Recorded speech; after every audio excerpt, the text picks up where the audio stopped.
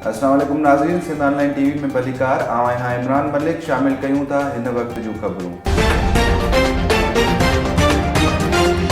नाज़रीन, बल्दियाती election PP chairman जे उम्मीदवार Abdul Latif Sheikh press club Gambat पहुची प्रेस कॉन्फ्रेंस कंदे चयो त फंक्शनल लीग जे उम्मीदवार शेख ख़ालिद हुसैन जा इल्ज़ाम कूड़ा आहिनि। कोर्ट मूंखे 4 सालनि लाइ 2015 में नाअहल कयो हुयो, जेका नाअहली ख़त्म थी चुकी आहे। फंक्शनल लीग उम्मीदवार मुंहिंजी नाअहली लाइ जाली कागज़ आरओ वटि जमा कराया, मुंहिंजो फॉर्म बहाल थी चुको आहे। कोर्ट में आर्डर में ॾंड जो को बि ज़िक्र न आहे। ख़ालिद शेख पाण करप्शन जो बादशाह आहे, जेको म्यूनिसिपल जा दुकान पैसनि एवज़ ॾेई करोड़े रुपया हड़प करे वेठो आहे ऐं सरकारी ज़मीनूं बि माण्हुनि खे पैसनि एवज़ अलाट करण में मुलविस रहियो आहे। पीपी गंबट में रिकॉर्ड तरक़ियाती कम कराया आहिनि। शहर में कुझु कम रहियल आहिनि जेके इलेक्शन खां पोइ कराया वेंदा।